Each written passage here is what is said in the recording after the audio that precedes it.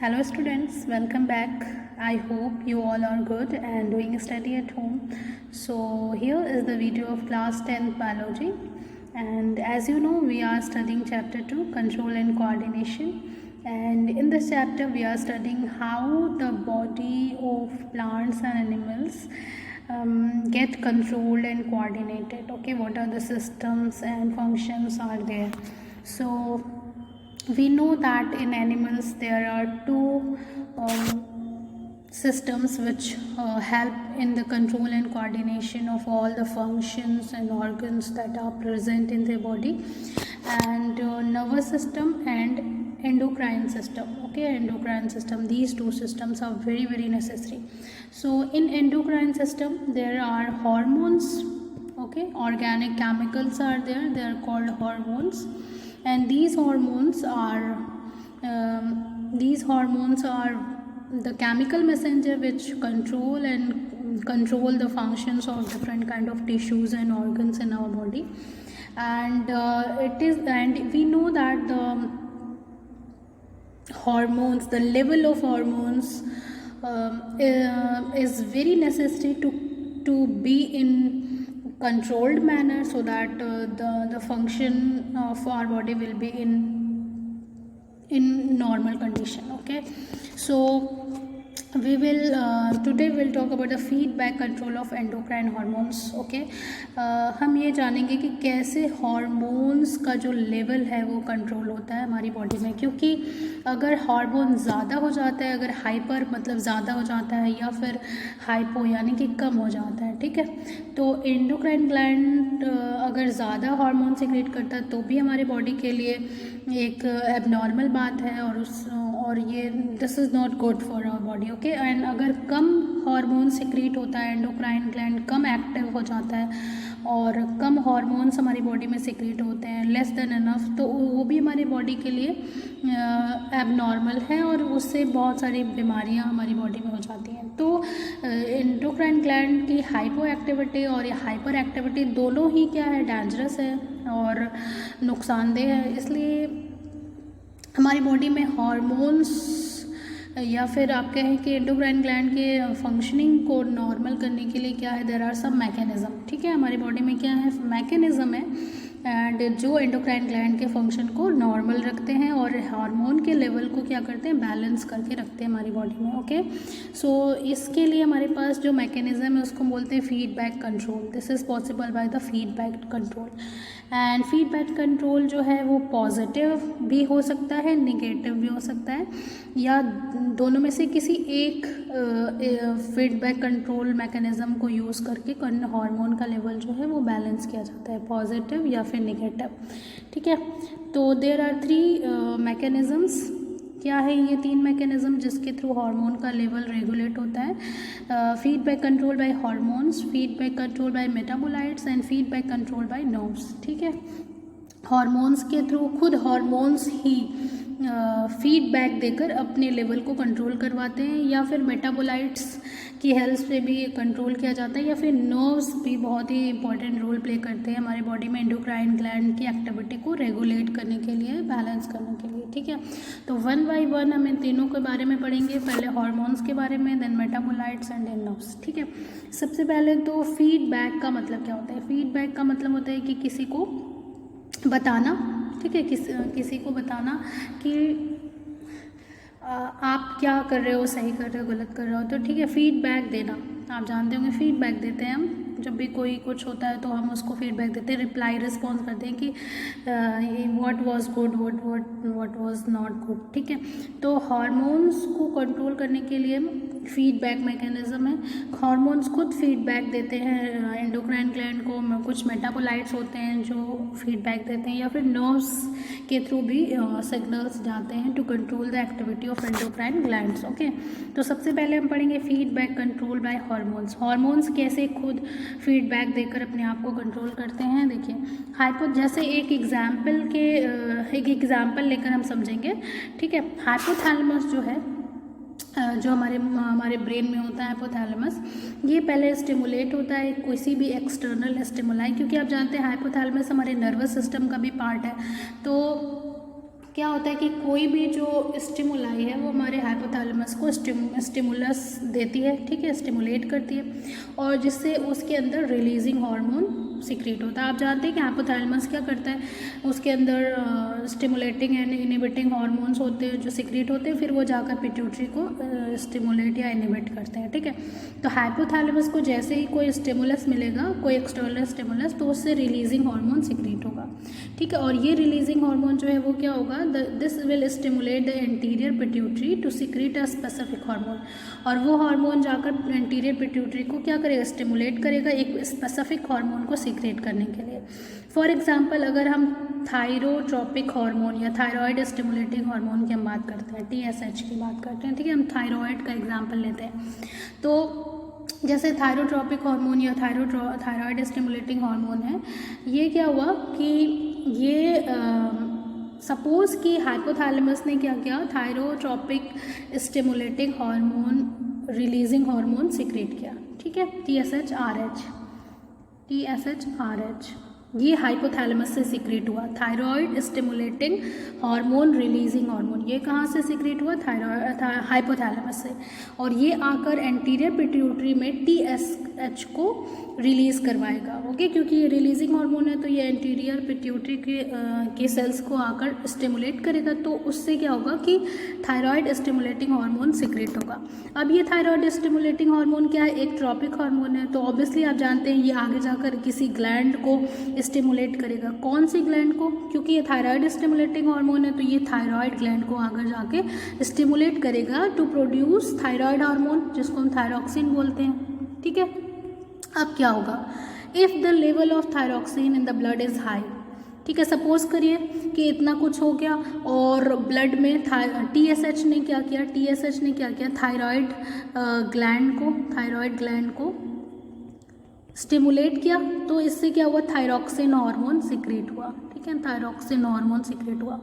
अब अगर level of thyroxine blood में क्या हो गया, हाई हो गया, तो ये थायरॉक्सिन हार्मोन, इस थायरॉक्सिन हार्मोन का जो लेवल हाई लेवल है, ये खुद जाकर, ये थायरॉक्सिन लेवल जब हाई होगा ना, तो ये इसका जो हाई लेवल होगा वो आगे जाकर क्या करेगा, it will effect the hypothalamus, ये जाकर हाइपोथैलेमस और इंटीरियर पिट्यूटरी को जाकर बताएगा कि मेरा लेवल हाई हो गया है, ठीक है, and you will have to stop your releasing hormone. तो ये क्या होगा, ये हाई लेवल ऑफ थायरॉक्सिन जाकर हाइपोथैलेमस को से निकलने वाले TSH-RH को स्टॉप कर देगा, एज वेल एज ये पिट्यूटरी को भी इंडिकेट करेगा कि आप TSH को रिलीज़ करना बंद कर दीजिए, क्योंकि थायरॉक्सिन का लेवल बढ़ रहा है। तो जब ये TSH और TSH-RH हाइपोथैलेमस से और TSH पिट्यूटरी से निकलना जब बंद हो जाएगा, तो ऑब्वियसली थायराइड जो है वो थायरॉक्सिन बनाना स्लो कर देगा, तो इससे थायरॉक्सिन का लेवल जो होगा वो क्या होगा, बैलेंस हो जाएगा, नॉर्मल हो जाएगा, ठीक है। तो ये क्या है, नेगेटिव, क्योंकि ये जाकर कह रहा है कि स्टॉप करिए, तो ये एक नेगेटिव फीडबैक हो गया, ठीक है। अगर मान लीजिए कि level of thyroxine is less, अगर लेवल ऑफ थायरॉक्सिन हमारे ब्लड में लेस है, तो ये लेस जो लेवल है, लेस जो थायरॉक्सिन है, ये क्या करेगा, ये जो थायरॉक्सिन की कमी है, ये जो कंडीशन है, ये जाकर हाइपोथैलेमस को स्टिमुलेट करेगी कि आप क्या करिए, TSH-RF या TSH-RH रिलीजिंग फैक्टर जो है आप रिलीज़ करिए, क्योंकि मेरा लेवल कम हो गया, so that you have to release TSH-RF या TSH-RH, ठीक है, thyroid stimulating hormone releasing factor. ये जब रिलीज़ होगा हाइपोथैलेमस से, तो क्या होगा कि ये जाकर आपके एंटीरियर पिट्यूटरी को स्टिमुलेट करेगा कि आप TSH रिलीज़ करो, क्योंकि ये रिलीजिंग फैक्टर क्या करता है, पिट्यूटरी में जाकर किसी पिट्यूटरी के हार्मोन को रिलीज़ करवाने में हेल्प करता है ना, तो ये एंटीरियर पिट्यूटरी के इंटीरियर पिट्यूटरी से TSH रिलीज़ करवाएगा। अब TSH जब रिलीज़ होगा तो ये फिर फर्दर ये TSH जाकर आपके थायराइड ग्लैंड को एक्साइट करेगा टू प्रोड्यूस मोर थायरॉक्सिन। तो ये कैसा होगा, ये पॉजिटिव फीडबैक हो गया, कि पॉजिटिव का मतलब it is increasing the release of hormone, ये हार्मोन के रिलीज़ को बढ़ा रहा है, तो इससे क्या होगा कि level of thyroxine in our blood will be maintained, ठीक है। यहाँ पे आप इस डायग्राम से भी समझ सकते हैं, देखिए मान लीजिए कि देखिए कोई भी स्टिमुलस हाइपोथैलेमस को मिला तो ये हाइपोथैलेमस ने क्या किया, थायराइड रिलीजिंग हार्मोन इसने सिक्रीट किया और ये रिलीजिंग हार्मोन जाकर पिट्यूटरी ग्लैंड को स्टिमुलेट करेगा और ये पिट्यूटरी ग्लैंड TSH प्रोड्यूस करेगा और TSH आगे जाकर आपके थायराइड ग्लैंड को स्टिमुलेट करेगा कि आप क्या करिए, थायराइड हार्मोन सिक्रीट करिए। अब ये थायराइड हार्मोन मान लीजिए सिक्रीट होता है, तो अगर इसका लेवल बहुत ज़्यादा हाई हो जाता है तो ये high level of thyroid hormone जाकर ये हाइपोथैलेमस को और पिट्यूटरी को जाकर इंडिकेट करेगा कि मेरा लेवल बढ़ गया है, स्टॉप योर रिलीजिंग हार्मोन। ठीक है, तो यहाँ से ये रिलीजिंग हार्मोन को रोक देगा, ये हाई लेवल ऑफ थायरॉक्सिन, और यहाँ पर जाकर ये पिट्यूटरी ग्लैंड से TSH जो प्रोड्यूस हो रहा है उसकी भी प्रोडक्शन को ये इनहिबिट कर देगा। तो ये निगेटिव फीडबैक मैकेनिज्म के थ्रू अपने लेवल को कम करेगा, ठीक है, नॉर्मलाइज करेगा। और सपोज करिए कि यहाँ थायराइड हार्मोन प्रोड्यूस है लेकिन इसका लेवल कम हो गया, ये यूज्ड अप हो गया, फिर इसका लेवल कम हो गया। जब इसका लो लेवल हो जाएगा, ब्लड में लेवल कम हो जाएगा, तो ये जो लो लेवल की कंडीशन है ये आगे जाकर क्या करेगी, पिट्यूटरी ग्लैंड को एज वेल एज हाइपोथैलेमस को जाकर फीडबैक देगी कि माई लेवल इज़ लो। तो ये अब ये लो लेवल क्या कर रहा है, जाकर इसको स्टिमुलेट करेगा कि TRH रिलीज़ करो, TSH रिलीज़ करो। ठीक है, तो ये पॉजिटिवली बोल रहा है ना, ये पॉजिटिव का मतलब it is indicating, it is exciting the gland to produce more hormone. ठीक है, तो ये पॉजिटिव फीडबैक हो गया। तो ये वाला पॉजिटिव शो कर रहा है और ये वाला निगेटिव। निगेटिव का मतलब आप हार्मोन बंद कर दीजिए रिलीज़ करना, और पॉजिटिव का मतलब हार्मोन रिलीज़ करना है। ठीक है, so that's how the hormone itself, the level of the hormone itself give the feedback to the glands to either stop or release the hormones। ठीक है, तो ये फीडबैक मैकेनिज्म है, पॉजिटिव या फिर negative. Okay, now will talk about the feedback control bye metabolites. ठीक है, metabolites क्या होता है, मेटाबोलाइट्स कुछ ये ऑर्गेनिक कंपाउंड्स होते हैं, केमिकल्स होते हैं जो मेटाबॉलिज्म में प्रोड्यूस होते हैं। ठीक है, उनको हम मेटाबोलाइट्स बोलते हैं। तो जैसे एक मेटाबोलाइट है हमारी बॉडी में ग्लूकोज। ठीक है, ग्लूकोज। ठीक है, जब कार्बोहाइड्रेट का मेटाबॉलिज्म होता है उसको तोड़ा जाता है। ठीक है, तो ग्लूकोज प्रोड्यूस होता है। ओके, तो ये ग्लूकोज के एग्जाम्पल से हम समझेंगे कि कैसे ये मेटाबोलाइट्स जो है वो कंट्रोल करते हैं हार्मोन के सिक्रीशन को। ठीक है, फॉर एग्जाम्पल आफ्टर ए मील, अगर हम खाना खाते हैं तो क्या होता है, ग्लूकोज लेवल हमारे ब्लड में ऑब्वियसली बढ़ जाएगा। हम खाना खा रहे हैं तो वो कार्बोहाइड्रेट टूटेगा, ग्लूकोज से बनेगा। तो जब लेवल ऑफ ग्लूकोज हमारे ब्लड में बढ़ेगा तो ये level of increase level of glucose ये जाकर स्टिमुलेट करेगा पैनक्रियाज को। पैनक्रियाज आप जानते हैं एक endocrine as well as exocrine gland है, तो यहाँ पे हम एंडोक्राइन एक्टिविटी पढ़ेंगे। ठीक है, तो increase level of glucose in blood will excite and stimulate the pancreas to secrete insulin. Insulin एक हार्मोन है। जब हमारे ब्लड में ग्लूकोज का लेवल बढ़ जाएगा तो ये ग्लूकोज का बढ़ा हुआ लेवल पैनक्रियाज को जाकर स्टिमुलेट करेगा कि आप एक हार्मोन सिक्रीट करो। कौन सा हार्मोन सिक्रीट करो, इंसुलिन। इंसुलिन का काम क्या होता है, ये सेल्स को जाकर स्टिमुलेट करता है कि आप ग्लूकोज को टेकअप करिए, टेकअप। ठीक है, इंसुलिन हार्मोन का काम होता है सेल्स के अंदर रास्ते बनाना। ठीक है, पाथवे जनरेट करना, ताकि वो रिसेप्टर्स प्रोड्यूस करना, ताकि सेल्स जो होते हैं वो ग्लूकोज को टेकअप कर लें। तो ग्लूकोज का लेवल जब ब्लड में बढ़ जाएगा तो इंसुलिन जो है वो क्या करेगा, सेल्स को बोलेगा कि you will have to take up the glucose inside. ठीक है, तो सेल्स क्या करेंगे, ग्लूकोज को टेकअप कर लेंगे फ्रॉम द ब्लड।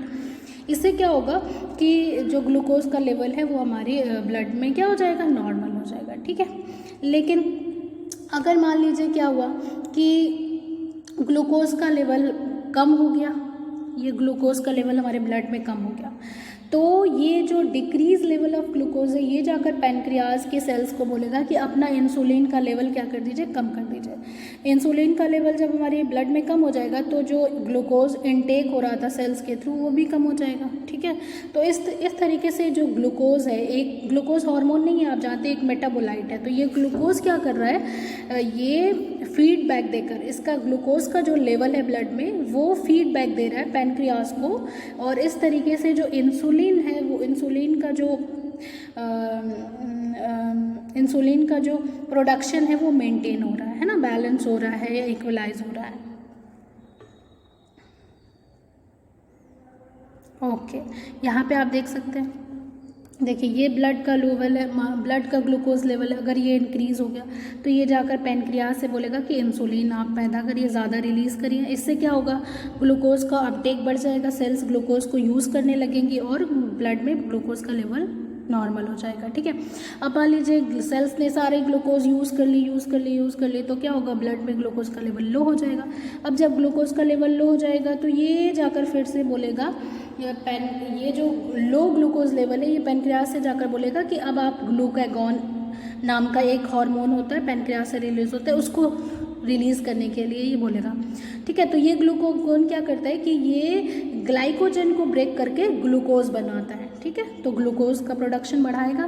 ठीक है, और इंसुलिन को, ये जो ब्लड ग्लूकोज जब ड्रॉप होगा तो ये जो कंडीशन है ये जाकर इंसुलिन को स्लो करवा देगी। ठीक है, कम करवा देगी। तो इससे क्या होगा कि इंसुलिन का लेवल कम हो जाएगा, ग्लूकागॉन का बढ़ जाएगा। ग्लूकागॉन क्या करता है, ग्लूकोज बनाता है। ठीक है, ग्लाइकोजन को तोड़कर ग्लूकोज बनाता है, तो ग्लूकोज का लेवल फिर से ब्लड में लेवलाइज हो जाएगा। ठीक है, लेवल अप हो जाएगा। सो इस तरीके से ये मेटाबोलाइट्स जो हैं वो हार्मोन्स को रेगुलेट करते हैं और कंट्रोल करके रखते हैं। ओके, चलिए नेक्स्ट हम पढ़ेंगे फीडबैक कंट्रोल बाय नर्व्स। कुछ नर्व्स भी होती हैं जो हार्मोन्स के सिक्रीशन को कंट्रोल करती हैं। ठीक है, जैसे जब भी कोई इमोशनल स्ट्रेस होता है या कोई इमरजेंसी आती है तो हमारे बॉडी में एक नर्व्स होती हैं, उनको बोलते हैं सिंपैथेटिक नर्व्स। ये सिंपैथेटिक नर्व्स जो होती हैं वो इमरजेंसी या इमोशनल स्ट्रेस के कंडीशन में, स्ट्रेस इमरजेंसी के कंडीशन में ये एक्टिवेट होती है और कुछ जो हैं वो केमिकल सिक्रीट करती हैं, और जिससे क्या होता है कि वो केमिकल्स जाकर आगे हमारे जो है वो आगे जाकर हमारी बॉडी को प्रिपेयर करते हैं फॉर द इमरजेंसी सिचुएशन। तो यहाँ पे देखिए फॉर एग्जांपल, एक एग्जांपल के तौर पे आप समझ सकते हैं कैसे नर्व्स जो हैं वो हमारे हार्मोन को कंट्रोल करते हैं। ये देखिए सिंपैथेटिक नर्व्स है, स्ट्रेस के दौरान ये क्या करेंगी, ये सिंपैथेटिक नर्व्स जाकर हमारे एड्रिनल ग्लैंड को, एड्रिनल ग्लैंड जानते हैं आप, किडनी के ऊपर एड्रिनल ग्लैंड होते हैं। ठीक है, 1 pair of adrenal gland each on the top of each kidney. तो ये एड्रिनल ग्लैंड को जाकर ये सिंपैथेटिक नर्व्स क्या करेंगे, स्टिमुलेट करेंगी एड्रिनल ग्लैंड के अंदर जो पार्ट होता है एड्रिनल मेड्यूला उसको, ताकि क्या हो, एक हार्मोन सिक्रेट हो। कौन सा हार्मोन, एड्रेनालिन हार्मोन। ये एड्रेनालिन हार्मोन बहुत ही ज़रूरी है, फाइट एंड फ्लाइट हार्मोन होता है। ये हार्मोन क्या करता है, ये हमारी बॉडी को प्रिपेयर करता है for to survive in the fight and flight condition.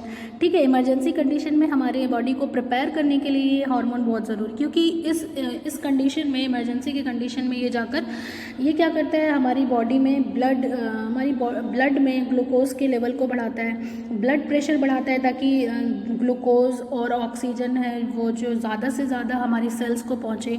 Heart beat बढ़ जाती है, रेट ऑफ रेस्पिरेशन, मतलब ज़्यादा तेज़ी से हम सांस लेने लगते हैं ताकि ऑक्सीजन ज़्यादा से ज़्यादा हमारी बॉडी में सेल्स को मिल सके, या ज़्यादा एनर्जी रिलीज़ हो। या तो हम, क्योंकि हमें फाइट या फ्लाइट, या तो हमें फाइट करना है, लड़ना है इमरजेंसी सिचुएशन में, या तो हमें भाग जाना है, तो दोनों के लिए हमें एनर्जी चाहिए।